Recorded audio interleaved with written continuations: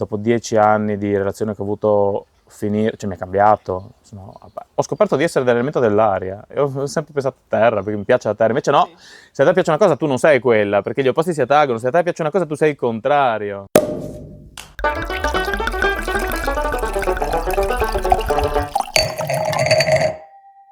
E quindi io pensavo di essere terra, ma in verità non lo ero e volevo fare una famiglia, magari sì, la vorrei fare ancora un giorno, ma adesso in questo momento sono proprio aria, sono libero, voglio respirare. Come no? si fa a capire, magari ci vuole un percorso, ma come si fa a capire di che tipo di elemento siamo?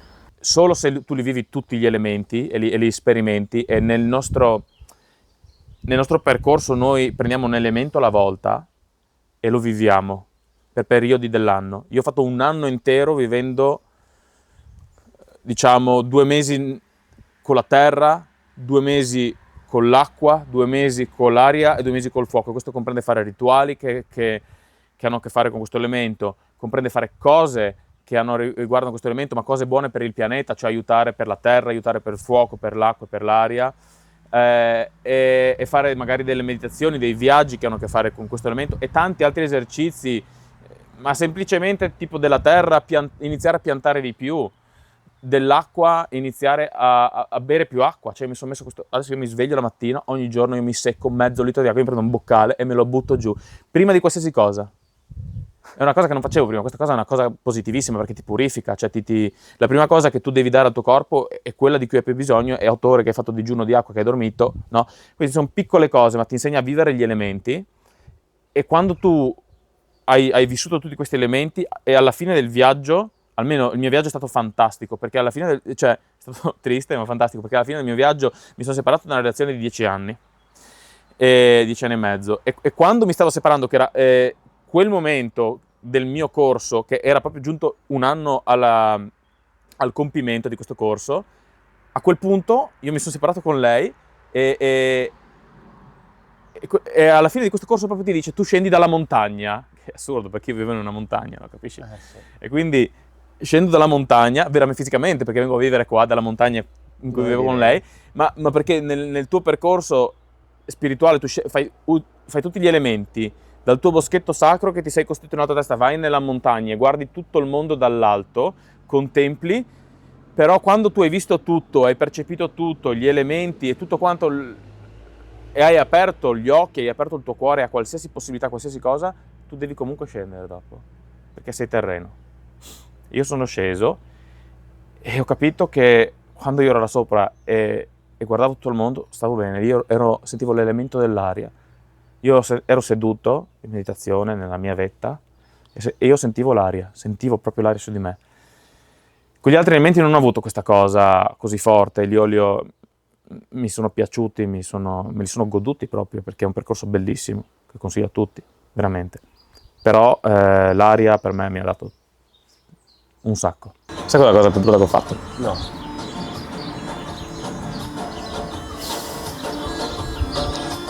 Quando avevo 20 anni,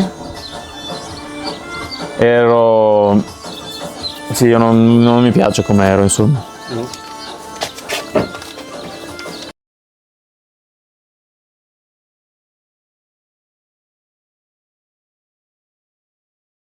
Quindi in verità, ma proprio anche se vuoi metterlo da un punto di vista della scienza, dopo un mese tu non sei la stessa persona. No, cioè sei tipo il 20% la stessa persona, il 80% tutto cambiato. Chiaro. E anche fra tipo 10 minuti, comunque tipo, non so adesso la percentuale, ti sparo un numero a caso, magari il 5% è già cambiato, perché tipo sono tutti fotoni e cose che partono di continuo su e giù, e che anche il tuo respiro stesso che ti porta fuori cose, no? Calorie. Secondo me sì, cambiamo, siamo diverse persone, ciò che ci unisce sono i legami. Cioè la coscienza rimane la coscienza che siamo tutti uniti comunque, perché siamo tutti parte di una stessa grande cosa, no? E poi ci ricordiamo a questo punto delle amicizie, quindi io mi ricordo di te e mi dai tantissimi ricordi del passato, eccetera, ma io me li ricordo in un momento, ma in questo momento sei tu qua davanti a me adesso. Sì, sì. Te non ti conosco bene, ma per me è uguale a lui, sei qua davanti a me adesso. Io vedi, non ti conosco, ma ti sto dando la stessa confidenza che do a lui, perché devo trattarti diversamente? Cioè, in questo momento siamo tutti assieme, siamo tutti... Per questo, secondo me, noi siamo troppo bloccati al passato, pensiamo alle persone, A quello che hanno fatto. esatto, quindi i ricordi, eccetera. Ma è bello pensare ai ricordi, ma non vivere nei ricordi. No, esatto. Ma tu alle cellule devi mangiare soprattutto anche ormoni, no? E quindi se tu gli dai da mangiare l'ormone della felicità, questa cellula ne vuole ancora, ne vuole ancora, ne vuole ancora e vuole solo felicità. E quindi tu sei sempre felice. Ma se tu gli dai quello dell'odio, lei vuole solo quello dell'odio, perché ha proprio dei recettori che prendono sta roba e quindi se vede che tu sei carico di ormoni che contribuiscono alla sensazione dell'odio, lei butta fuori più di sti recettori per l'odio e magari ritira quelli per la felicità perché non servono, non ne sta arrivando. Cioè adesso non è che c'è l'ormone della felicità e quello dell'odio, ma sono i vari ormoni che ti contribuiscono ad avere queste sensazioni, questi stati d'animo. E allora basta poco, un mese. Tu sai che la cellula vive un mese, più o meno, non mi ricordo quanti giorni, un mese. Allora tu per un mese sei felice. Tu cazzo devi essere felice, un mese di fila, tu devi essere felice tutto il mese, tu devi farti questa... Anche se tu sei triste, è una vita di merda, eccetera, mi dispiace, cioè lo so, capita, però il tuo obiettivo nella vita è sopravvivere, cioè se tu sei in questo mondo sopravvivi, oppure stai meno a spararti, no? Allora se tu devi sopravvivere, per sopravvivere non puoi odiare, non puoi essere infelice, perché queste cose non ti aiutano a sopravvivere, ti peggiorano, ti distruggono da dentro, quindi tu devi essere felice. Ma per essere felice tu per un mese di fila devi costringerti a essere felice. E non è così impensabile. Io stesso adesso ogni tanto mi dico io sono felice, sì sono felice, però un po' mi sto costringendo, me ne rendo conto. Ho conosciuto una persona, tempo fa, che cazzo è sempre felice, ma cazzo la senti, è felice, non ha bisogno di costringersi niente, neanche un 1%, proprio è felice, di natura. Io lo sono diventato perché penso che appunto si vede che queste cellule adesso le cellule dopo un mese si abituano e mangiano solo quello e quindi sono felici le mie cellule perché io sono felice, però c'è un po' quel, non so, quel kick, no? Quello starter che fa partire tutta la felicità, tipo io che dico ok, sorrido e poi dopo sono felice, dico solo cazzate, mi vedi che rido e faccio il coglione e vedi che sono anche naturale. Però prima io lo sento sempre, c'è quello starter, perché di base ho avuto le mie esperienze, le mie cose che mi hanno un po' incupito. Perché devi volere bene il tuo corpo? Perché devi volere bene le tue cellule? Tu dici io non me ne frega un cazzo di me, ma tu comunque devi nutrire le tue cellule di cose buone, di felicità, di cibo buono, di esperienze positive, perché tu gli devi tanto al tuo corpo. Il tuo corpo ti tiene in vita e tu sei in debito con ogni tua singola cellula e devi amarle tutte quelle che ti compongono. Ma il tuo corpo ti vuole così bene e tu non lo sai, tu non te ne rendi conto, soprattutto per una cosa che noi non lo sappiamo perché è stata studiata appunto dagli scienziati, che quando tu muori, ma non solo noi, qualsiasi tipo di animale di forma di vita complessa, quando tu stai morendo il tuo corpo lo sa. E quando tu stai morendo, in quei momenti per non farti soffrire, il tuo corpo ti bombarda di tutte le cazzo di droghe che hai nel tuo corpo, cioè ti bombarda di dopamina, di testosterone, adesso sto sparando a caso, non sono molto bravo in queste terminologie, endorfina pieno, adrenalina, dall'adrenocromo parte tutto, no? E ti bombarda in maniera che tu non soffra. Cioè, il tuo corpo fa in modo che i tuoi ultimi istanti di vita siano fuochi d'artificio, cioè proprio tu la tua vita la finisci in bomba. Perché questo è ciò che ti dà, tu non soffri gli ultimi minuti, non soffri, perché ti bombarda. E perché lo fa? Non c'è motivo. Evolutivamente non c'è motivo, cioè nel senso la specie sopravvive anche senza questa piccola clausola che secondo me è un mare, cioè è tantissimo, un benefit assurdo. E perché lo fa? Perché ti vuole che risposta puoi dare, appunto, che risposta puoi dare? Cioè, a me la risposta più genuina e naturale è cazzo ti vuole bene, cioè, ti ama tantissimo ed è per questo che la persona che tu devi amare di più nel mondo sei te stesso. Tu devi amare te sempre di più, devi aiutare te sempre di più, devi fare di tutto perché tu funzioni al 100%, perché solo quando tu funzioni al 100% puoi aiutare gli altri. Se io faccio il mio lavoro, io come lavoro aiuto, sono in un assistente in una comunità per minori stranieri e quindi aiuto ragazzi che sono, maggior parte venuti dalla strada o che non hanno i genitori, che sono dovuti scappare per motivi di guerra o qualcuno anche no, ma tante cose così. Ma io come faccio a aiutarli? Se io arrivo a lavoro e sono la sera prima, mi sono disintegrato, mi sveglio, non faccio colazione, arrivo a lavoro, mi bevo un caffè con 6 cucchiai di zucchero, vado a fumarmi fuori una sigaretta, entro dentro, ho 32 anni, ho già mal alla schiena, ma chi cazzo aiuto? Cioè mi vedono, mi mangiano vivo, cioè nel senso, ma chi vuoi aiutare? Tu prima aiuti te, sempre, vuoi bene a te sempre, e poi hai tantissimo tempo ed è più facile amare tutti gli altri e aiutare tutti gli altri. Trovare un'altra persona è difficile, però magari questo io penso che è tipo cioè dovrei anche un po' stare attento a questo mio desiderio, perché in verità è meglio trovare un'altra persona che viene, che la vede, che la pensa come me e fa le cose come me, oppure trovare 2 persone che mi arrivano a mezzogiorno e mezzo, quindi no, mezzogiorno e 20, e quindi sono già qua prima degli altri, ed è una cosa onorevole, bellissima, e possono condividere dei momenti extra con me, che io parlando con voi adesso sto parlando anche con me, quindi sto anche tarando me come la penso, perché non è che io parlo con me di queste cose sempre, quindi adesso vedo anch'io come la penso, ed è interessante. Secondo me esistono 3 tipi di persone, e però adesso questa è l'unica volta che io ti farò questa prendila come una mia analisi immatura, perché non sarò mai maturo fino a quando cioè nel senso Fin quando non avrai la prova finale. no, non puoi essere illuminato, quindi siamo immaturi, no? Però da come la vedo io sul mio piano ci sono 3 fasi, quindi 3 fasi, poi ce ne potrebbero essere altre ma non le so, ok? 3 fasi del pensiero umano. Una è la fase religiosa, e adesso ti faccio uno stereotipo, perché adesso ti faccio un esempio, gli esempi non esistono, ti faccio degli stereotipi così capisci che sto dicendo puttanate, ok? Secondo me la prima fase è tipo facciamo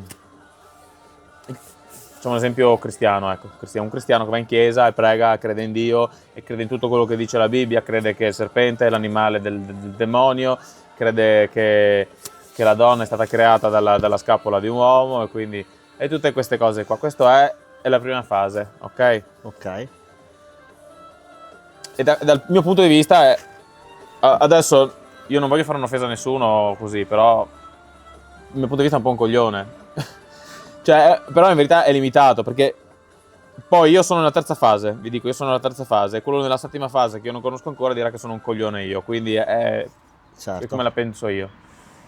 La seconda fase è l'ateo, cioè è la persona che nel XXI secolo si rende conto che le religioni monoteiste, le religioni rivelate dicono solo cazzate e che non stanno più con gli argomenti che ci sono adesso, e dice no, io mi fido solo della scienza, di quello io vedo, ciò che vedo credo, ciò che non vedo non credo, ok? E penso a questo. E questo è l'ateo. Secondo me l'ateo è ancora più coglione, perché lui si chiude ancora di più in ciò che solo la percezione umana può capire.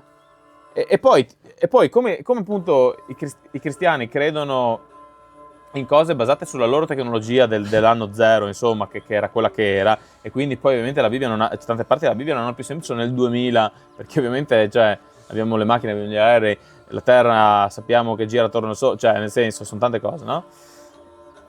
E uguale l'ateo è adesso nel 2020, però nel 4000 magari se esiste ancora l'uomo non penso, però non so. Scopriranno cose che fanno capire che l'ateo di adesso, che crede nella scienza, sta credendo in una scienza che è sbagliata. Faccio un esempio. Vai a vederti sulla questione del tempo, esiste il tempo, sì o no? Cioè il tempo è la nostra misurazione delle cose, ma esiste? Non lo so. Cioè se noi crediamo che l'universo è infinito, forse il tempo non esiste. Che non può esserci un inizio e una fine dei tempi, ok? E se il tempo è circolare, uguale non c'è, perché il tempo come noi lo studiamo in matematica è lineare. Esatto. E quindi non avrebbe senso neanche in quel caso. Quindi anche l'ateo per me però sono step, no? Allora poi tu arrivi al terzo step, che è questo in cui sono io, in cui tu credi nell'infinito, e credendo nell'infinito tu ti lasci, è come ti butti giù ecco, come parlavamo prima della montagna, tu prima sei nel villaggetto, sei il cristiano che crede, va in chiesa, tu decidi di illuminarti.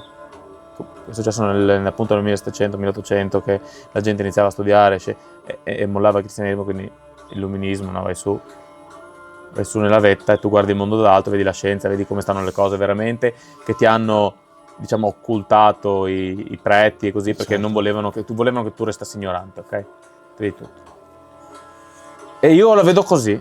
Io dalla vetta, boom, mi tuffo, mi butto giù. E mi butto giù a occhi chiusi e quello che mi arriva. E questo è l'essere aperti a tutto, l'infinito. E quindi dopo la morte cosa c'è? Dopo la morte... Dal tuo punto di vista? Dal mio punto di vista, dopo la morte... Cioè io non... È un ricominciare. Ma tu sai anche la morte è una parola un po' strana, perché sai poi anche quando uno muore, è morto cerebralmente, è morto solo gli si è fermato il cuore, ma il cervello ancora, e non sanno neanche dire, non ti saprà mai dire nessuno. E poi se è morto anche il cervello, ci sono ancora delle cellule che vanno avanti, poi inizia la decomposizione, si creano nuovi organismi nel tuo corpo che riniziano a vivere, però utilizzano ancora il tuo corpo, i muscoli si muovono. Cioè, tutte queste cose qua, cioè, quando è la morte? Ma tu chi sei per dire che il cervello che muore, allora è morto? Perché il cervello è più importante della coscia, e per qualche motivo, solo per un motivo nostro cognitivo, ma a livello di organi ognuno fa la sua funzione, ognuno ha il suo peso, insomma. Quindi per me, noi siamo appunto abituati, come parlavo prima, in maniera dualistica a vedere morte e vita. Per me c'è dell'altro, per me è tutto un continuo. Devi accettare come cambio io di persona, allora anch'io, la mia persona che era una volta a 20 anni, sono morto. Sono un'altra persona adesso. E forse fra 10 anni sarò un'altra persona ancora ed è morto quello di prima. Però morto è una brutta parola, cazzo. Cioè, esatto. Se tu pensi, cazzo, io dico morto, è brutto, no? Quindi è da accettare che non si muore mai, in verità. Si passa da uno stato all'altro e... Cioè, se tu prendi dell'acqua e diventa ghiaccio... Non è morta Tu gli hai l'acqua. dato nome ghiaccio, però è sempre la stessa cosa, cioè... E tu pensi, ma sì, una parte di te viene mangiata da un verme, l'altra parte di te evapora, e qua, e dove sei? Tu non sei più uno, sei tante cose, poi infinito, e poi, cioè, come fai a riconnettere tutte le cose che eri per creare il tu? Però ti posso dire, cazzo, 8-9 minuti fa tu parte di te era nel sole. I fotoni che ti sono arrivati in faccia adesso, che ti hanno colpito, erano 8 minuti fa nel sole, perché sta 8 minuti la luce ad arrivare dal sole alla Terra, no? Adesso ti dico una triade irlandese molto... non so se è irlandese o gallese, non mi ricordo. Molto antica comunque. Tre fasi dell'amore. Parliamo di amore, dai. 3 fasi dell'amore. 1, l'amore del gemello nella pancia. 1, l'amore per l'anima gemella. 1, l'amore per l'infinito, per il cosmo. Cioè, prima, nelle nostre fasi della vita, il primo amore che provi è quello, la triade dice gemello, ma intende la famiglia. L'amore per la mamma, l'amore per il papà, per i fratelli, per la nonna, il nonno, lo zio, quello che vuoi. Quando tu maturi, arrivi a 13-14 anni, inizi a provare amore per il compagno, compagna che sia, e vai in cerca appunto della persona con cui passare la vita, oppure insomma con cui avere una buona esperienza. E questo è un altro amore, diverso, cioè non è lo stesso amore. Certo. Okay? In italiano abbiamo la parola volere bene e ti amo, in altre lingue c'è solo ti amo, cioè c'è una parola generale. Per tutti. Love you father, love you mother, love you wife. E questo forse, non so, in un pensiero dualista si ferma lì l'amore, perché c'è o quello o quello. Ma nel pensiero druidico c'è l'amore. Quando tu hai fatto questa fase della vita, poi arrivi alla prossima fase della vita, che è l'amore per il cosmo, per l'universo, per tutto.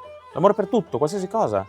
E lì porti a rispettare ogni chicco di grano, ogni granello di sale, e tu ti senti in comunione perfetta con l'universo. E lì perdi, nel senso, lì, come una matriosca, tu hai ancora l'amore per i genitori, per la famiglia, hai ancora l'amore per il partner, o comunque lo ricercherai se non ce l'hai, ma ti rendi conto che nella sfera più grande hai l'amore per tutto. Ci sono già dentro. E questa è la fase più bella. E col dualismo non ci arrivi alla terza fase. No. Sei tipo bloccato a uno step, no? Ed è bello perché comunque, cioè nel senso, ami la famiglia e ami il tuo compagno, la tua compagna. Però cazzo, quanto è più figo amare tu? Cioè l'universo è enorme, cazzo. Cioè perché devi limitare a questa sfera quando hai tutto? E gli dai amore.